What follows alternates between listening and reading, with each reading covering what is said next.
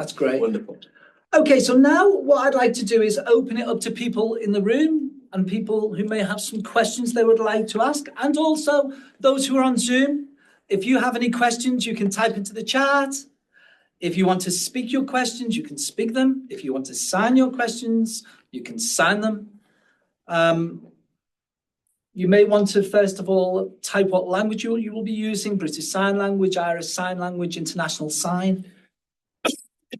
Okay, so does anybody in the room have a question they would like to ask? Do we have any questions for Luigi? We have a question over here. Oh, let me see. My apologies. You are hiding behind there. Yes, would you like to come up to the front and ask your question? Just so it can be seen on camera, so everybody who's online can see too.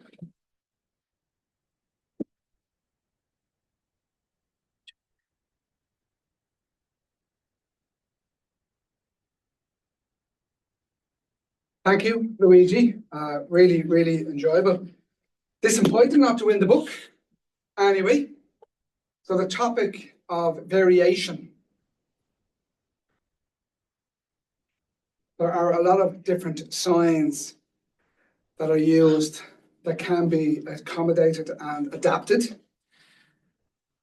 So how then do you adjust your different signs? For example, well, I would have been teaching years ago, teaching students different signs. For example, different subjects within schools.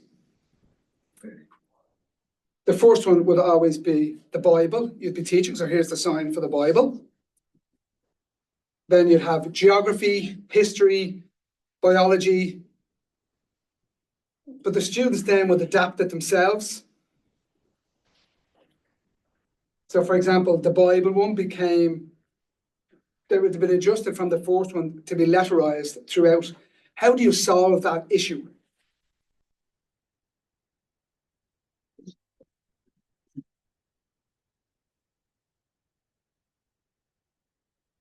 Thank you for the question that you have asked.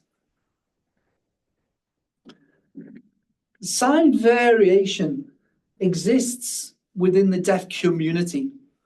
Historically, what deaf schools you went to, what towns you lived in, there's always been sign variation that's existed. My book is aimed to look at students who are wanting to improve the way they sign. And it mentions about the importance of sign variation and how it's something that we want to preserve.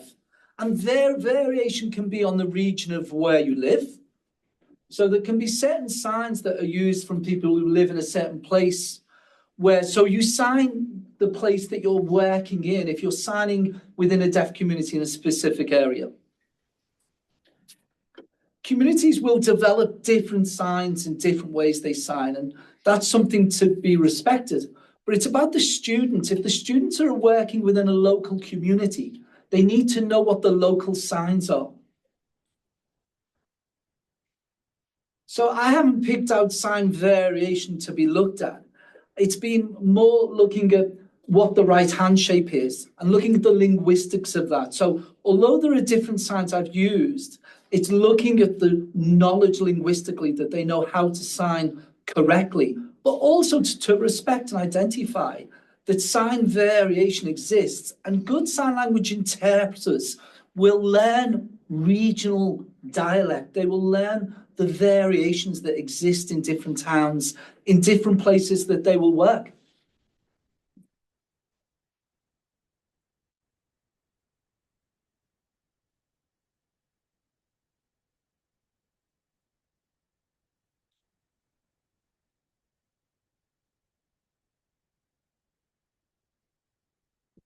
One person was asking questions about your book covers text. Whoops. There's lots of text. And then there's photographs too. And just to show people what it looked like, the photographs and the text, and you described earlier, there's not only photos and text, but there's actually QR codes for clips. Can you just show us where those are?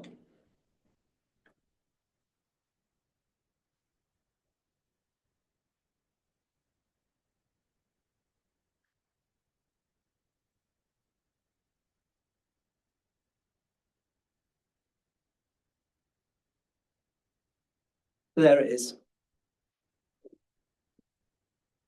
Okay, let me hold it up so you can see.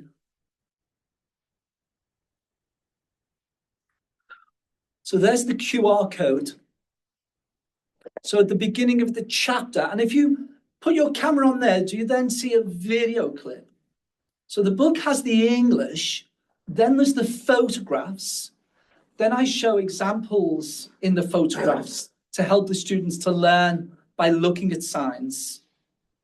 And there are 750 photographs, plus if you use the QR code, it takes you online to YouTube videos which relate to those, which show you the way it's signed. It's not a full BSL translation of all of the text. Because what it's aimed at students who are asking lots of questions about mistakes that they've made, and it's aimed at giving them examples of how to sign in an accurate way. And that's basically what the aim of the book is. It's the first step in helping students to think and be conscious of the accuracy of their signs and to know when they make a mistake. And then they can move on from that themselves. The book will help them to be able to work on that further, and something they can work on in groups too as they go on.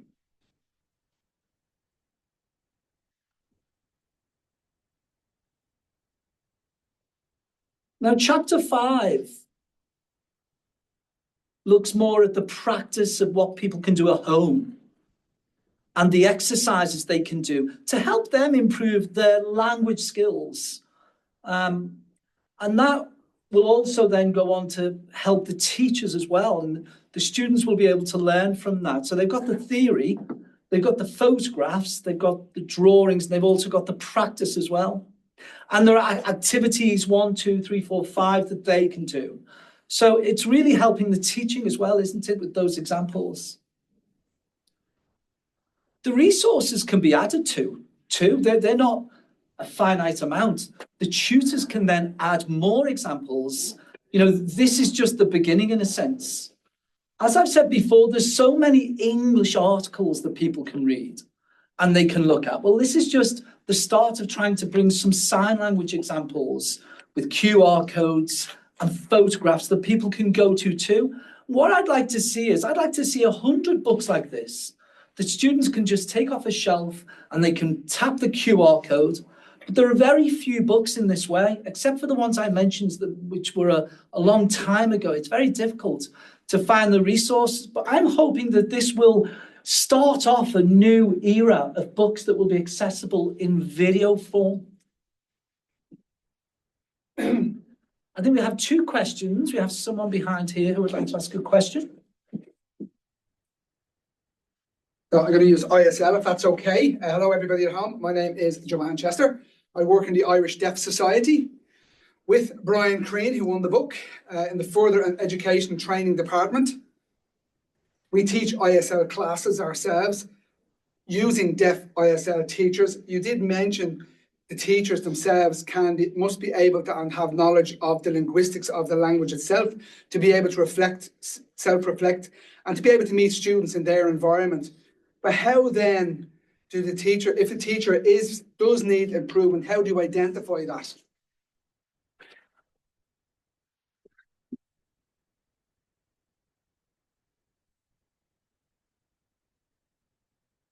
Thank you for the question. When you look at a teacher profile and the role of the teacher and the attributes needed to be a teacher, there are lots of books, and there's general pedagogy and general educative books that explain what those skills are, the fundamental skills needed to be a positive, inspiring teacher who has this set of skills. There has been European projects I've been involved in, for example, one called Sign Teach. And in Sign Teach, we try to give examples of what those skills are and we explain them more.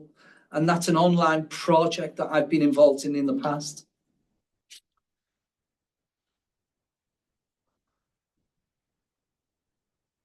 I can't judge who is a good teacher and who is a bad teacher because teachers come from all different backgrounds and have been to different courses and have been on different certifications, and they've learned their language in different types of ways. So it's very difficult to say that there should be a standardization and all teachers must behave in exactly the same way, because there isn't that level of teaching teaching that's there. So that's not something for me to judge. All I'm trying to do is give more resources where there are very few resources, where it's very difficult to find things. So I'm not here and cannot criticize the teachers. All I'm trying to do is to empower and to give more resources to help them to improve. Thank you.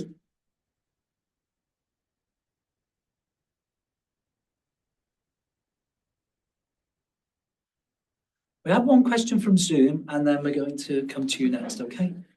So the question from Zoom. When you talked about the old BSL linguistics book, one person has asked, will that book be updated perhaps? Will you update that book? Will I update it? Yeah. And the original authors of the book, it was done at the University of London, UCL, University City London. Perhaps they have plans to update the book, but I have no idea of what their intentions are, and it wouldn't be for me to take ownership of their work either. Can I answer this one? I do have some information about that.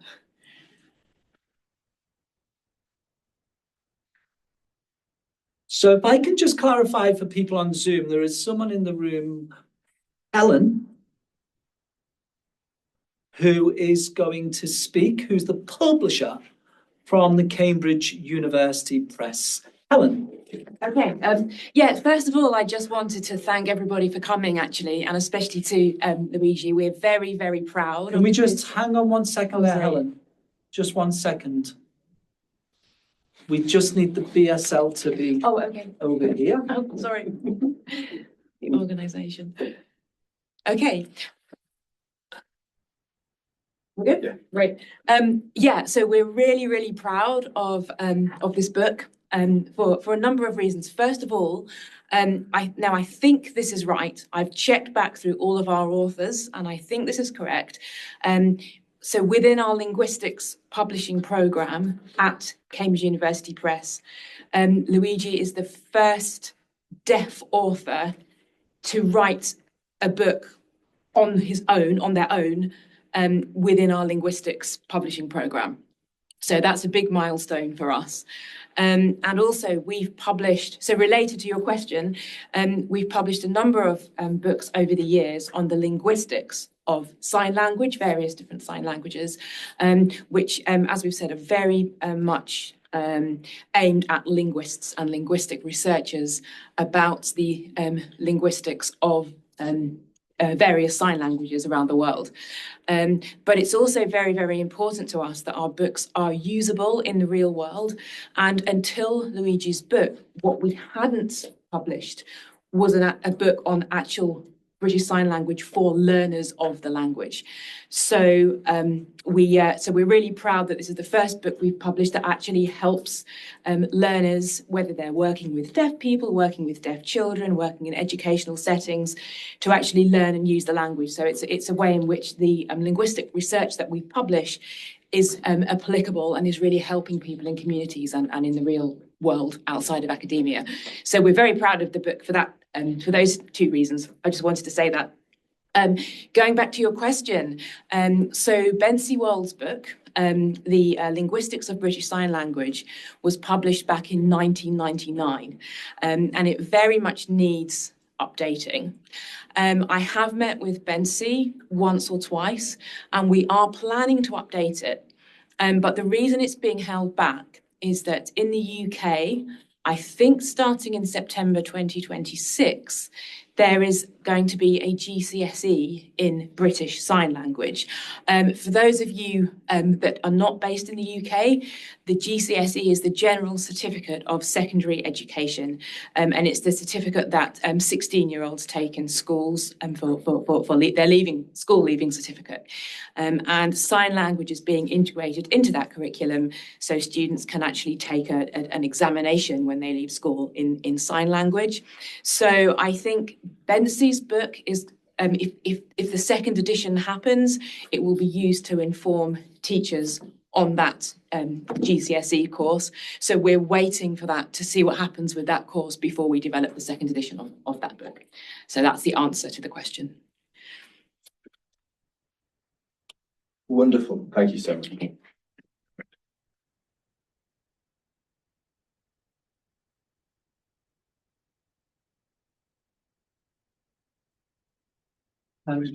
We have a question from Connell. So I'm going to use Irish Sign Language here again. I'm quite tall. Let me look at the video screen here. Okay, off we go. Okay, I'm a bit taller than everybody else that are in the camera settings. Anyway, I'm just going to stop myself using British Sign. The book looks amazing, and I didn't win. But I will buy it. I will buy it. So my question then is about, you were saying about resources. In Irish Sign Language, we talk about resource material. There may be quality issues. There are cultural information, but some is very, very old as well. There are videos, for example, Dr. John Bosco Conneman, I have asked about teaching materials for the student to be able to understand the receptive skills. And John Bosco provides stories about it. He had provided a story about an airport. So in Terminal 1 and Terminal 2 here in Dublin, we have maybe 10 years prior to now, we only had one terminal. So the new information, a new building of Terminal 2 has been a fantastic resource to be able for them to teach the new learners. And they don't even understand sometimes what Terminal 1 and Terminal 2 is. Previously, we would have had just one terminal, but now we have a second T2. That's just an example. And it's a rich resource, but it doesn't match the life skills that the students have within society sometimes. Their experiences, they can be different than our experiences. So you're talking about the materials and the resource being left on the shelf, and it can be difficult to find those. Sometimes, is it okay to use the old material and update them? Yeah.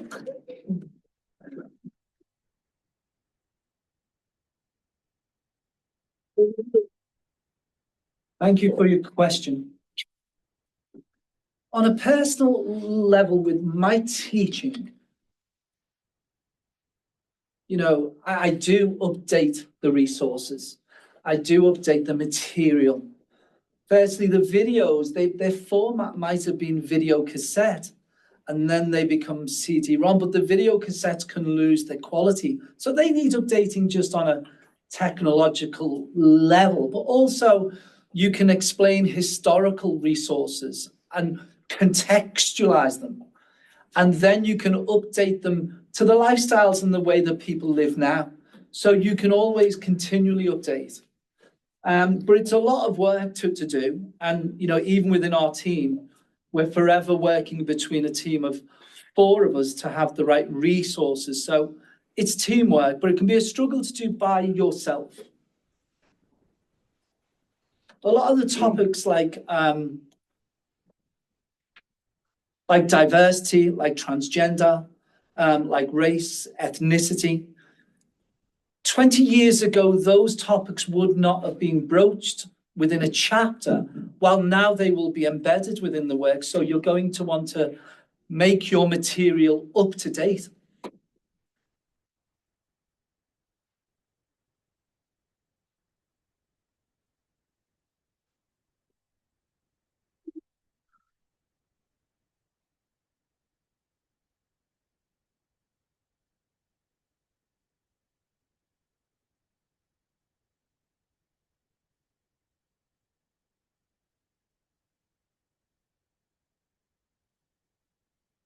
I've got one final question before our conclusion from Zoom.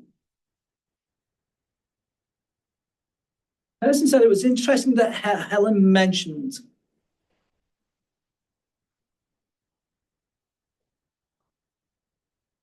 Karen.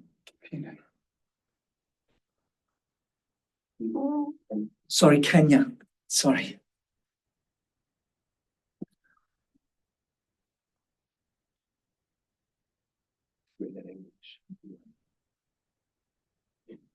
Sorry, I've missed it.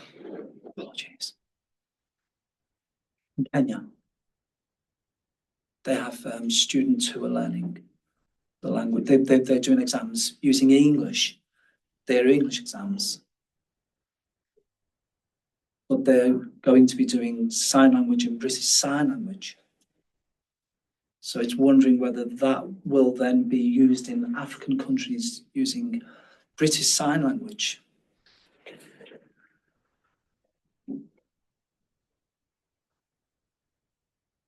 So will English BSL be used?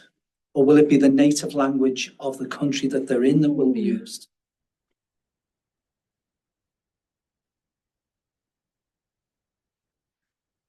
In terms of the education of other countries, it's not something I'm completely aware of in terms of exactly what the curriculums look like in every single country. And so potentially other people could offer some insight there, but that's not something that is my expertise in terms of the curriculum of every single country.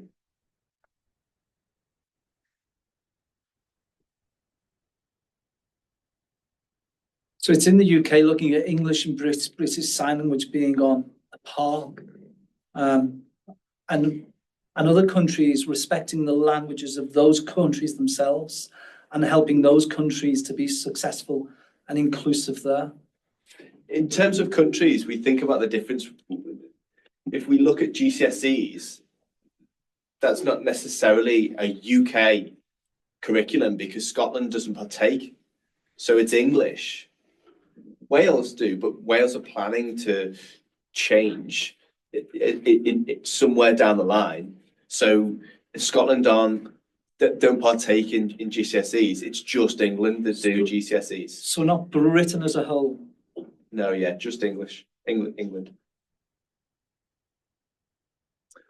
In Ireland too, we've also had an aspiration to be able to bring an exams into the Leaving Cert, so that ISL can be embedded within the curriculum.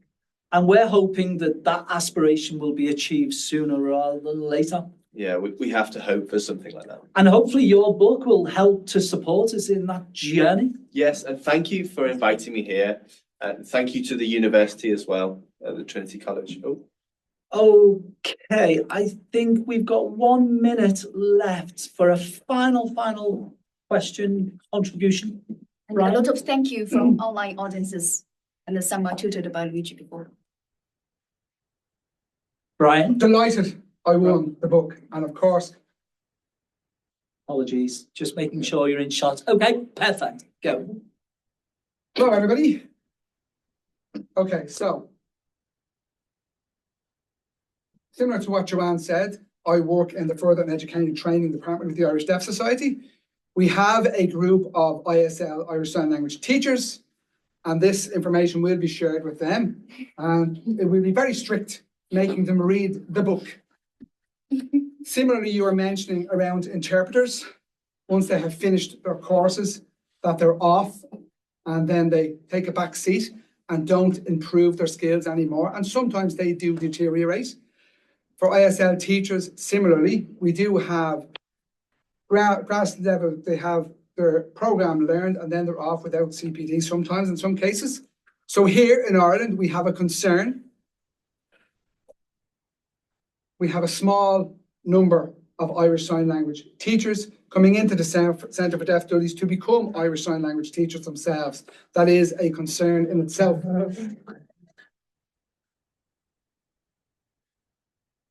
Can we just go back a bit and just replay that again, please? I got the first part, it was the second part. Okay, So where was I at? Where was the second part starting? Okay, the ground level graduates. So we have a small number of deaf individuals coming into the Centre for Deaf Studies to become Irish Sign Language teachers of the deaf then. So a small number who are deaf, and the numbers are diminishing.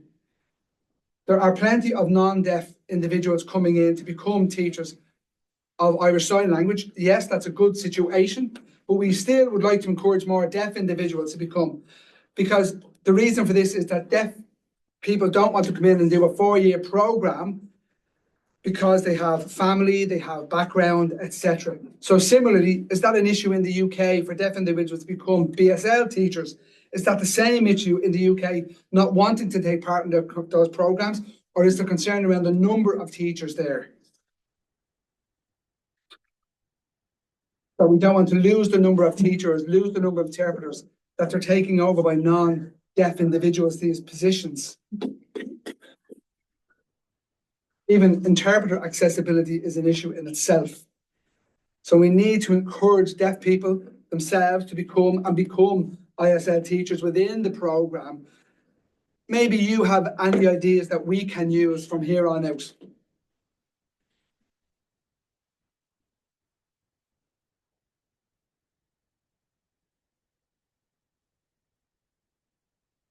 So I think this situation, it's a very sensitive topic. We need to do that straight away. The problem is, it's not just an issue here or the UK, it's happening around the world. Because as the chair of the European Network for Sign Language Teachers, this was a massive concern of ours. I think what's important is information, access to that information, and ensuring that we work together. When people collaborate and engage with one another and they are allies together, that's where we succeed. And this is the primary thing that I would highlight, is being an ally. There is no way to fix this situation, because it's all about diversity, and diversity is important and positive. Okay. Thank you. One more question.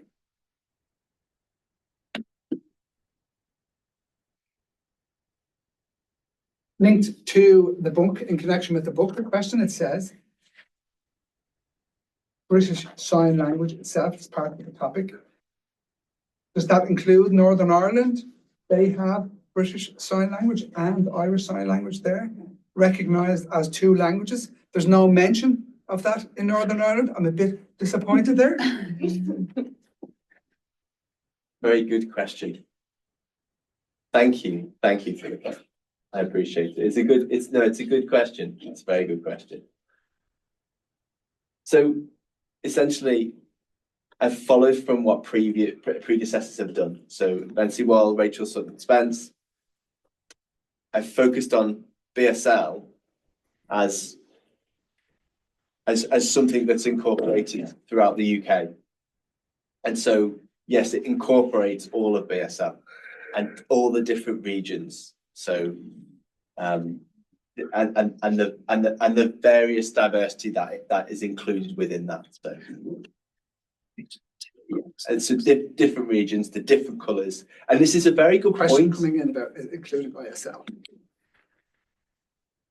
Just come in to say, does it include ISL in the future?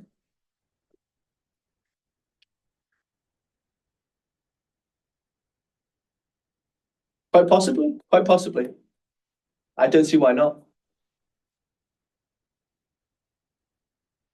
I feel that this evening we've given you a lot of things to get on with in the future and to do, and hopefully you'll be able to go on and do a lot of these things. As I go forward, I do plan to do different books, but I think at the moment, really, what I'm being asked to do is fine. What I want to think about is what people are asking me and helping fill those gaps. What I do want to do now, though, is thank everybody involved. Thank Trinity College for inviting me here. I'm really happy that we had this discussion. It's been incredibly possible. And thank you to everybody that's here in person and online. I really appreciate you watching. Thank you so much. Thank you, everyone. And Helen Barton, thank you very much for coming from Cambridge University Press. I appreciate it.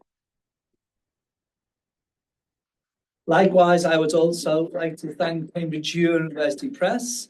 I'd also like to thank the CDS, to thank you, Luigi, for flying over, and for all the people who've contributed such a rich variety of ideas and questions that have been asked. And do take some time for yourself for the personal side of Luigi's life, which is just as important as the book side. Thank you, everyone who's been involved. To the person who won the book, Sarah May, she said, in UCLan, you taught her before in UCLan, and she would love you to sign the book before we post it off to her. So I will make sure that that is signed and then sent off to you, Sarah May. Thank you. Thank you to everyone for attending. And now we shall all be able to leave here who are in the room and go to the pub. Enjoy the rest of your evening, everybody. Thank you. And also, thank you to the interpreters as well. Thank you to the interpreters.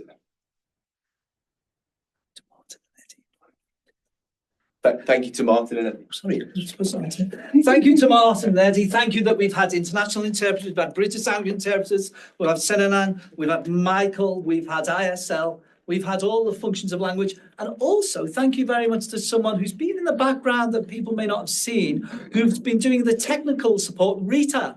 Thank you so much for all of your work too. It's been really smooth.